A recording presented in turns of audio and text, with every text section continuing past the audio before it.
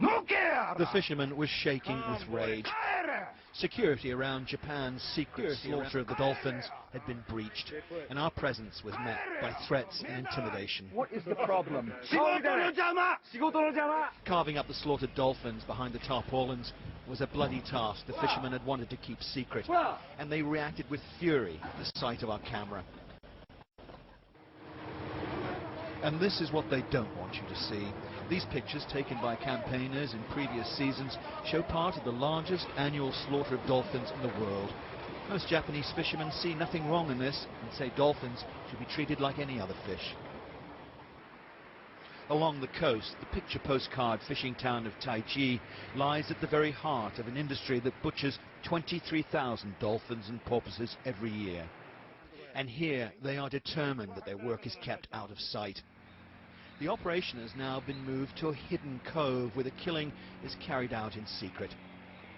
With the last remaining dolphins penned in, waiting to be driven toward the cove, it was the turn of a group of young surfers from the US and Australia to take to the water to do what they could to stop the fishermen and draw attention to the slaughter. This was a dramatic and potentially life-threatening confrontation between the young surfers on their boards and the angry fishermen, using the boat's propellers to block their course and flailing boat hooks to physically prevent the surfers from reaching the pod of terrified dolphins. It could have only one outcome. The surfers from the Save the Dolphin campaign were eventually driven back, forced to return ashore. They managed to escape in their van before the police arrived.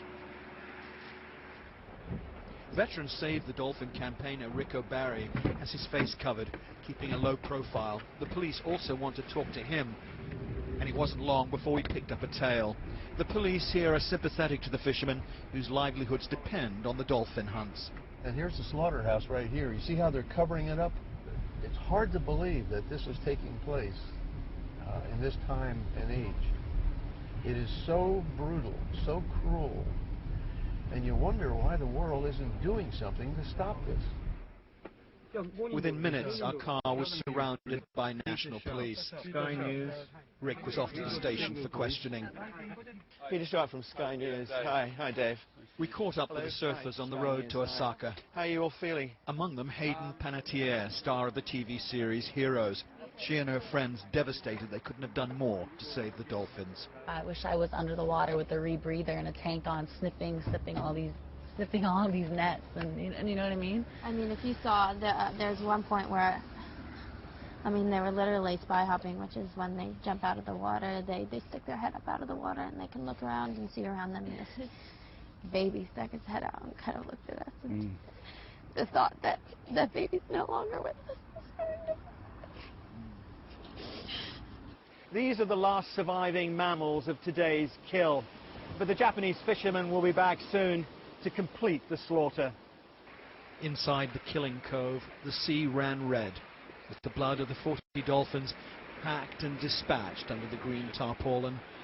And for those who tried and failed to stop the killing, a quiet determination to return to these shores again and finally end this slaughter. Thank you very, very much. Peter Sharp, Sky News at Taiji in Japan.